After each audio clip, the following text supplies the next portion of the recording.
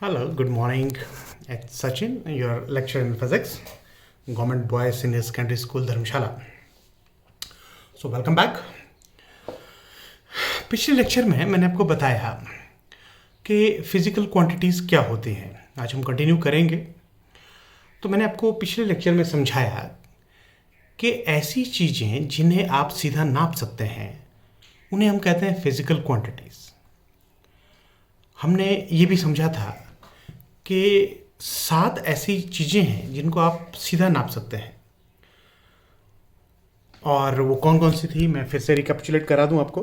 वो थी लेंथ, लंबाई, mass, time, luminous intensity, temperature, amount of substance, current, और 2 हमने चुनी थी सप्लीमेंट्री फंडामेंटल फिजिकल यूनिट्स. ये थी सॉलिड एंगल और प्लेन एंगल. तो ये 7 जो फिजिकल क्वांटिटीज़ हैं इन्हें आप सीधा नाप सकते हैं बिना किसी और सहारे के, इसीलिए हम इन्हें कहते हैं फंडामेंटल फिजिकल क्वांटिटीज़. अब देखिए, मान लीजिए आप लंबाई नाप रहे हैं. आपसे कोई पूछे कि धर्मशाला से कांगड़ा की दूरी कितनी है, तो आप फट से जवाब देते हैं 18 किलोमीटर. अब देखिए, 18 एक नंबर है, मीटर लंबाई की यूनिट है, और जो किलो है, किलो का मतलब होता है 1000. तो अगर आप नंबर में ही कन्वर्ट करें उसको, तो 18 गुणा 1000 यानी कि 18,000 मीटर. मीटर यूनिट है लंबाई की. तो हम एक डेफिनेशन बना सकते हैं किसी भी फंडामेंटल फिजिकल क्वांटिटी की, कि फंडामेंटल फिजिकल क्वांटिटी अगर हम उसको मैथमेटिक्स में एक्सप्रेस करना चाहें तो वो क्या है. मैं फार्मूला लिखता हूँ कागज़ के ऊपर. देखिए, फंडामेंटल फिजिकल क्वांटिटी या कोई भी फिजिकल क्वांटिटी अगर मैं उसको x से डिनोट करूँ, वो बराबर होगी n इंटू यू के. अब देखिए, x है फंडामेंटल फिजिकल क्वांटिटी या कोई भी फिजिकल क्वांटिटी, ओके. n है कोई नंबर और u है उसकी यूनिट. जैसे मैंने अभी आपको बताया कि धर्मशाला से कांगड़ा की जो दूरी है, मान लीजिए वो आपकी फिजिकल क्वांटिटी है. अब वो कितनी है, वो है 18 किलोमीटर, ओके. तो किलो का मतलब हुआ 10⁻³ और मीटर, ओके. तो 18 इंटू 10⁻³ यानी कि 18,000 कोई नंबर हुआ, और मीटर हुई फिजिकल क्वांटिटी की यूनिट, ओके. तो याद रखेंगे आप इस बात को कि कोई भी फिजिकल क्वांटिटी रिप्रेजेंट करते हैं हम n इंटू यू के. n है कोई नंबर और u है उसकी यूनिट. अब हम समझेंगे कि यूनिट क्या है. देखिए, किसी भी चीज़ को नापने के लिए कुछ ना कुछ हमें फिक्स करना पड़ेगा. हमें एक कोई मिनिमम चीज़ लेनी पड़ेगी जो कि सारी की दुनिया में एक जैसी हो, होमोजीनियस हो. जैसे लंबाई के लिए हम लोगों ने मीटर को बनाया कि ये स्टैंडर्ड यूनिट है. अब 18 किलोमीटर का मतलब क्या हुआ कि हम 1 मीटर को 18,000 बार नापेंगे, तब जाके आपको धर्मशाला से कांगड़ा के बीच की लंबाई समझ में आएगी कि 1 मीटर को आपने कितनी बार नापा, 18,000 बार. इसी तरह मास के लिए हमारी जो यूनिट है वो है किलोग्राम, ओके. आप चावल लेने गए, आपने बोला कि मुझे 10 किलोग्राम चावल दीजिए. तो आपने क्या किया, आपने चावल फिजिकल क्वांटिटी मांगी, ओके. 10 किलोग्राम, 10 एक नंबर है, किलोग्राम है उसकी यूनिट. तो 1 किलोग्राम वो सबसे कम इकाई है जो कि आपने नापी. इसी तरह जब आपसे कोई टाइम पूछे कि टाइम कितना हुआ, आमतौर पे आप घंटों में बता देना 12:02 हो गए, समथिंग हो गए.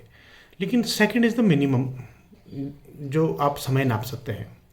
तो कुल कितना वक्त हुआ, से 10 सेकेंड हुए, 15 सेकेंड हुए, है ना, 1000 सेकेंड हुए. अब 1000 एक नंबर है और सेकेंड है टाइम की यूनिट. तो जो फिजिकल क्वांटिटी है वो किसके बराबर हुई, वो बराबर हुई कोई number multiplied by its unit. और यूनिट का मतलब क्या हुआ, ये वो सबसे कम मात्रा है जिसको आप बार बार रेप्लिकेट करेंगे अपनी मेजरमेंट पे. I hope you are able to understand the meaning of physical quantity, okay. अब देखिए, 7 चीज़ें हमने समझी जिनको आप सीधा नाप सकते हैं, ओके. पहली थी लेंथ. लेंथ को हम लोग नापते हैं मीटर्स में, ओके. इसके ऊपर बाद में बात करते हैं. अब देखिए, ऐसा नहीं है कि नाप नपाई आज से शुरू हुई है ना, पता नहीं ये कब से चली हुई। इनफैक्ट आप ऐसा समझ लीजिए कि जब से मानव सभ्यता विकसित हुई होगी, नाप नपाई तब से शुरू हो गई होगी। अब उसका उस समय कैसे नापते थे वो एक अलग कहानी हो सकती है, हम आज कैसे नापते हैं ये अलग कहानी हो सकती है। अब मैं उदाहरण देता हूँ आपको। अब ठीक है, मुझे नहीं आइडिया कि आपको इन चीज़ों के बारे में नॉलेज है कि नहीं है, लेकिन मेरा हमेशा मानना है कि आपको अपना इतिहास हमेशा याद होना चाहिए। और जब आप इतिहास को याद रखते हैं तो बड़ा इमोशनल होकर इतिहास याद नहीं रखना चाहिए, है ना, क्योंकि जहाँ पे आपकी इमोशन शुरू हो जाते हैं तर्क वहीं पे जाके ख़त्म हो जाता है। तो अगर आप इतिहास को इमोशंस के साथ पढ़ोगे, आप इतिहास का बेड़ा कर आपका तो होगा ही। अब देखिए, जिस देश में हम लोग रहते हैं ये बहुत साइंटिफिक और बड़ा प्रोग्रेसिव देश है। इसको ऐसे मत देखिए कि हमने कुछ नहीं किया। देखिए, नापने की हमारे पास अपनी विशिष्ट शैली थी। हम इसे कहते हैं देसी सिस्टम ऑफ यूनिट्स। ओके, आप उदाहरण के लिए अगर हम लंबाई नापते थे तो लंबाई कैसे नापते थे? देखिए, लंबाई हम कैसे नापते थे? जो सबसे छोटी लंबाई नापने की चीज़ है वो है आपका बाल, एक बाल जिसको बोलते थे। ओके, 15 बालों का जो समूह है उसे हम बोलते हैं एक सूत। ओके, और 15 सूत एक उंगली के बराबर होता है। जो अगली यूनिट है नापने की, लंबाई नापने की हिंदुस्तानी यूनिट है वो है एक उंगली। ओके, अब 3 उंगली को हम लोग, ये जो डिस्टेंस है इसे हम बोलते हैं एक हाथ, है ना। कई आपने देखा होगा कैसे नापते हैं, वैसे नापते हैं? नहीं, बिल्कुल नहीं। 3 उंगली की जो विड्थ है दैट इज कॉल्ड एक हाथ। ओके, अब 5 हाथ बराबर होते हैं एक कठी के। अब ये नया शब्द है आपके लिए, हाथ तो आपने सुना होगा। ओके, लेकिन 5 हाथ मिलके बनाते हैं एक कठी। ओके, 20 कठी जब इकट्ठी हो जाती हैं तो बनता है एक पंथ। अब ये शब्द भी मुझे उम्मीद है आपने पहली बार सुना होगा। ओके ओके, 2 हाथ मिलके बनाते हैं एक गज। ओके, 1.3 गज या 1.25 गज के आसपास बराबर होता है एक कदम के, करम के, सॉरी द वर्ड इज करम, KARAM। ओके, और 3 स्क्वायर करम, है ना, आम भाषा में उसको कदम बोल देते हैं, बट द वर्ड इज करम। 3 स्क्वायर करम बराबर होते हैं एक मरले के, और 20 मरले बनाते हैं एक कनाल। तो इस तरह से हम लोग लंबाई को नापते थे। ओके, अब हमारा मास को नापने का भी बड़ा अच्छा तरीका था कि हम मास कैसे नापते हैं। जो सबसे छोटी इकाई हमारी सभ्यता में थी वो थी एक चावल। चावल का दाना देखा?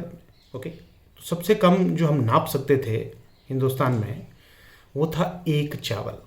ओके, 4 चावल मिलके बनाते थे एक धान। 4 चावल के दाने इक्विवेलेंट होते थे किसके? एक धान। धान आपने देखा है ना, उसके बराबर 4 धान मिलके बनाते थे एक रत्ती। ये शब्द आपने सुना है, रत्ती भर, रत्ती भर, है ना, मुहावरे में सुना है रत्ती भर। ओके, तो 4 धान मिलके क्या बनाते थे? एक रत्ती। ओके, 8 रत्ती जब आप नापते थे तो 8 रत्ती मिलके बनाती थी एक माशा। माशाला बोलते हैं, माशाला। ओके, तो माशा इज इक्विवेलेंट टू 8 रत्तीज। 12 माशा मिला के बनती थी एक भरी। The word is, remember this word, एक भरी। ओके, और 12 भरी कंबाइन करके बनाती थी एक टक। उसके बाद एक भरी में जब आप उसको डिवाइड करते थे तो 5 सिक्की, एक नया शब्द है आपके लिए, दैट वाज इक्वल टू 5 सिक्की। ओके, 5 सिक्की बराबर होता था एक कंचा के। ये भी नया शब्द है, मेरे लिए भी नया शब्द है, एक कंचा। ओके, और 4 कंचे मिलके बनाते थे एक चटांक। तो ये चटांक आपने शब्द सुना होगा, मोतू चटांक पर गाली भी देते हैं। ओके, तो एक कंचा दैट वाज इक्वल टू एक चटांक। 2 चटांक मिलके बनाते हैं एक पाव। पाव आपने सुना हुआ है ना, तकरीबन 250 ग्राम के आसपास का होता है एक पाव। ओके, तकरीबन 4 पाव मिलके बनाते हैं एक सेर। ये शब्द भी आपने सुना है, सेर। ओके, उसके बाद कोई 1.5 सेर बनाता है एक सवा सेर, 1.25 इनफैक्ट 1.25। ओके, सेर बराबर है एक सवा सेर के। और 5 सेर मिलके बनाते हैं एक दसेर। ये भी मेरे लिए भी नया शब्द है, नया दसेर। ओके, इसके अलावा 2 किलोग्राम के आसपास का जो मांस होता है उसे हम लोग कहते हैं बट्टी। ये शब्द आपने सुना होगा, बट्टी। ओके, और तकरीबन 15 किलो के आसपास है ना, कोई एग्जैक्ट वो नहीं है, लेकिन 15 किलो के आसपास का जो मांस है उसे हम लोग कहते हैं मण। ओके, और उससे बाद 2 मण, 3 मण, 4 मण, 5 मण, 6 मण, इस तरह से हम लोग अपने मांस को नापते थे। अब टाइम का भी हमारा अपना नापने का एक तरीका था। जो सबसे छोटी इकाई है दैट इज पल। उससे बड़ी जो इकाई है टाइम को नापने की दैट इज वीपल। ओके, उसकी अगली जो इकाई है दैट इज कॉल्ड घटी। और घटी से आगे वाला या ज़्यादा बड़ा जो स्केल है वो है घंटा। ओके, 2 घंटे, 4 घंटे, 5 घंटे, है ना, इस तरह से हम लोग नापते थे। देन देर इज़ पहर, है ना, वो 4-5 घंटे का समथिंग लाइक दैट, उसका एक पहर होता था। उसके बाद दिन है।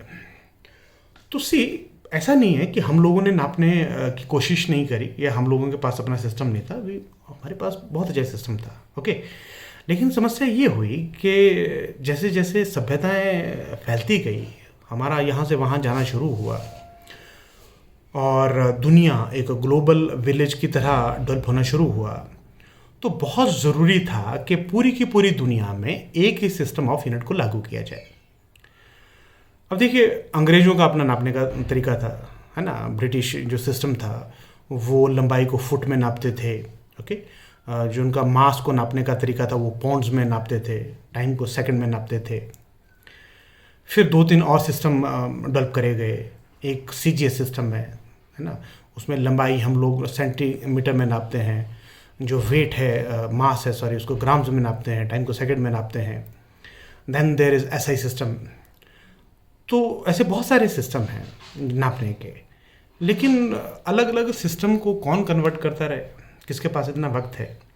तो अल्टीमेटली जब यूनाइटेड नेशन जैसी ऑर्गेनाइजेशंस काम करना शुरू कर गई पूरी दुनिया के अंदर और एक ग्लोबल विलेज की तरह बनना शुरू हुआ, तो सारे देश जितने भी यूनाइटेड नेशन ऑर्गेनाइजेशन के हिस्सा हैं ये सारे के सारे 1957 में फ्रांस में इकट्ठे हुए और वहाँ पे दुनिया की पहली इंटरनेशनल कॉन्फ्रेंस हुई वेट और मेजर्स की। तो वहाँ पे सारी की सारी दुनिया के लोग आए हुए थे, रिप्रेजेंटेटिव थे। तो उन्होंने तय किया कि ठीक है, आप सबके अपने अपने हैं, वो चलाए रखिए आप, लेकिन अंतर्राष्ट्रीय स्तर के ऊपर हमें कोई ना कोई मानक बनाने पड़ेंगे। तो फिर वहाँ पे डिसाइड हुआ कि जो लंबाई है उसे हम नापेंगे मीटर्स में, जो मास है उसे हम नापेंगे किलोग्राम में, और जो टाइम है उसे हम नापेंगे सेकंड्स में। इसी तरह जो बाकी फंडामेंटल फिजिकल क्वांटिटीज़ हैं, जैसे ल्यूमिनस इंटेंसिटी है, उसके लिए तय किया गया कि कैंडेला इसकी यूनिट होगी। ओके, करंट है, करंट के लिए तय हुआ कि एम्पियर उसकी यूनिट होगी। ओके, जो अमाउंट ऑफ सब्सटेंस है उसके लिए तय हुआ कि ये आप मोल में नापेंगे। इसके अलावा जो 2 सप्लीमेंट्री फंडामेंटल फिजिकल क्वांटिटीज़ हैं, सॉलिड एंगल है जैसे, है ना, स्टेरेडियन में नापेंगे आप, प्लेन एंगल है और रेडियन में नापेंगे आप। तो ये निर्णय लिए गए और इसको इम्प्लीमेंट किया गया वर्ल्ड वाइड, ताकि सारी दुनिया एक ही तरीके से नापे। फिजिक्स की डेफिनेशन मैंने आपको बताई थी कि वास्तव में नापने और तोलने की कला है। अब देखिए, समस्याएं तो होंगी, है ना। अब हिंदुस्तानी सोचिए, चावल में नापता रहे, है ना, लंबाई फरलांग में नापता रहे, कदम में नापता रहे, ठीक है। अंग्रेज वहाँ पे बैठ के मीटर्स में नापते रहे, है ना, कोई और अपने हिसाब से नापता रहे। तो आप इंटरनेशनली कैसे एक दूसरे के साथ कम्युनिकेट करोगे। ये विज्ञान की सबसे महत्वपूर्ण चीज़ है। एक बार अल्बर्ट आइंस्टीन से पूछा गया कि राजनीति में और विज्ञान में फ़र्क क्या है। आइंस्टीन साहब ने दुनिया का सबसे सुंदर जवाब दिया ही सेड कि सी, ये जो राजनीति है ना, ये संभावनाओं की कला है, और जो विज्ञान है वो समाधानों की कला है। Politics is an art of possibilities and science is a art of solutions. तो सी, इतनी सारी डाइवर्सिटीज़ हैं पूरी की पूरी दुनिया में, है ना। जो भी सभ्यता रही होगी उसका अपना अपना नापने का तरीका रहा होगा। विज्ञान ने एक दिन बैठ के पूरी की पूरी दुनिया को एक ही प्लेटफॉर्म पे खड़ा कर दिया कि आप चीज़ों को ऐसे नापेंगे, हो गया ना सोल्यूशन, समस्या खत्म। ओके, तो फिर जिस चीज़ के ऊपर सारी की सारी दुनिया सहमत होगी कि हम इसको ऐसे नापेंगे, उसे कहा गया SI system of units. Okay, अब इसको आम भाषा में आप बोल सकते हैं कि इंटरनेशनल सिस्टम ऑफ यूनिट है। ओके, लेकिन इसकी जो रियल फुल फॉर्म है वो है सिस्टमेले दे इंटरनेशनल है। ये फ्रांसीसी शब्द है। ओके, मतलब इसका यही है कि अंतर्राष्ट्रीय स्तर पर जो नापने का हमारा तरीका है, जिसको हमने सारी दुनिया ने माना। ओके, अब हम बात करेंगे कि क्या यही फिजिकल क्वांटिटी है जिनको हम नापते हैं। जवाब है नहीं। हम बहुत कुछ नापते हैं, बहुत सारी चीज़ें हैं, बहुत सारी चीज़ें हम लोग नापते हैं, लेकिन उन चीज़ों को नापने के लिए हम लोगों को फंडामेंटल फिजिकल क्वांटिटी की ज़रूरत पड़ती है। और जितनी भी क्वांटिटीज़ हम लोग नापेंगे with the help of fundamental physical quantities, इनको हम लोग नाम देंगे ड्राइव्ड फिजिकल क्वांटिटी। ओके, क्या नाम देंगे? Derived physical quantity. ओके, उदाहरण के लिए शुरू करते हैं वेलोसिटी से। ओके, अब आपको पता है वेलोसिटी क्या है। वेलोसिटी है डिस्प्लेसमेंट अपॉन टाइम। ओके, अब डिस्प्लेसमेंट कैसे नापेंगे? आप नापेंगे लेंथ, दूरी, और आप नापेंगे टाइम। ओके, अब देखिए, वेलोसिटी को नापने के लिए आपको लेंथ नापनी पड़ी जो फंडामेंटल फिजिकल क्वांटिटी है। ओके, और आपको टाइम नापना पड़ा। ओके, तो देखिए, एक फिजिकल क्वांटिटी वेलोसिटी को नापने के लिए आपको दो फंडामेंटल फिजिकल क्वांटिटीज नापनी पड़ी। ओके, तो वेलोसिटी क्या होगी? ये होगी ड्राइव्ड फिजिकल क्वांटिटी। ओके, अब हमें पता है इसकी यूनिट क्या होंगे। लेंथ के यूनिट आपको पता है होते हैं मीटर्स, और टाइम आप नापते हैं सेकंड में। ओके, तो वेलोसिटी जो कि है ड्राइव्ड फिजिकल क्वांटिटी, उसकी यूनिट क्या होगी? मीटर पर सेकंड। ओके, अब दूसरी क्वांटिटी पकड़ने से एक्सेलरेशन। ओके, आपको पता है एक्सेलरेशन क्या होती है? एक्सेलरेशन बराबर होती है किसके?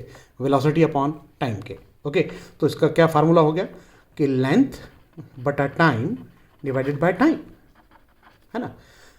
तो आपको देखिए, एक बार लेंथ नापनी पड़ी और दो बार टाइम नापना पड़ा, है ना। तो लेंथ भी है फंडामेंटल फिजिकल क्वांटिटी और टाइम भी है फंडामेंटल फिजिकल क्वांटिटी। ओके, तो एक्सेलरेशन होगी एक ड्राइव्ड फिजिकल क्वांटिटी, और उसको नापने के लिए आपको क्या करना पड़ा? आपको एक बार लेंथ और दो बार टाइम नापना पड़ा। ओके, तो इसकी यूनिट क्या हो जाएंगे? Metre per second square. ठीक है, अब मान लीजिए फोर्स को पकड़ लेते हैं। फोर्स किसके बराबर है? मास इंटू एक्सेलरेशन के। ओके, तो मास इंटू एक्सेलरेशन का मतलब क्या हुआ कि एक बार आपको मास नापना पड़ा। ओके, एक बार आपको लेंथ नापनी पड़ी। ओके, और दो बार आपको क्या नापना पड़ा? टाइम। ओके, अब मास भी देखिए फंडामेंटल फिजिकल क्वांटिटी है, लेंथ भी फंडामेंटल फिजिकल क्वांटिटी है, और टाइम भी फंडामेंटल फिजिकल क्वांटिटी है। तो आपको एक फोर्स जो कि है ड्राइव्ड फिजिकल क्वांटिटी, उसको नापने के लिए आपको एक बार मास, एक बार लेंथ और दो बार टाइम नापना पड़ा। ओके, तो इसकी यूनिट क्या हो जाएंगे? इसकी यूनिट हो जाएंगे, मास की यूनिट है किलोग्राम, लेंथ की यूनिट है मीटर, ओके, और टाइम की यूनिट है second, second square, kilogram metre per second square. Okay, तो इस तरह की जितनी भी फिजिकल क्वांटिटीज हैं जिनको नापने के लिए आपको फंडामेंटल फिजिकल क्वांटिटी बार बार नापनी पड़ेंगी, ऐसी फिजिकल क्वांटिटी को हम लोग बोलेंगे ड्राइव्ड फिजिकल क्वांटिटीज। मैं उम्मीद करता हूं कि आपको फिजिकल क्वांटिटी क्या होती है वो समझ में आई, फंडामेंटल फिजिकल क्वांटिटीज क्या होती हैं वो समझ में आई, उनको नापने का जो यूनिट सिस्टम है वो समझ में आया। ओके, तो आपके लिए होमवर्क है कि आपकी किताब में या नेट पे जाइए और बहुत सारी फंडामेंटल फिजिकल क्वांटिटीज़ हैं, प्रेशर है, एरिया है ना, हज़ारों होंगी। आपके लिए आज काम है कि आप कम से कम अपनी होमवर्क की कॉपी में 50 ड्राइव्ड फिजिकल क्वांटिटी के फार्मूला लिखेंगे और उनके यूनिट्स लिखेंगे। थैंक यू वेरी मच, कल मिलते हैं।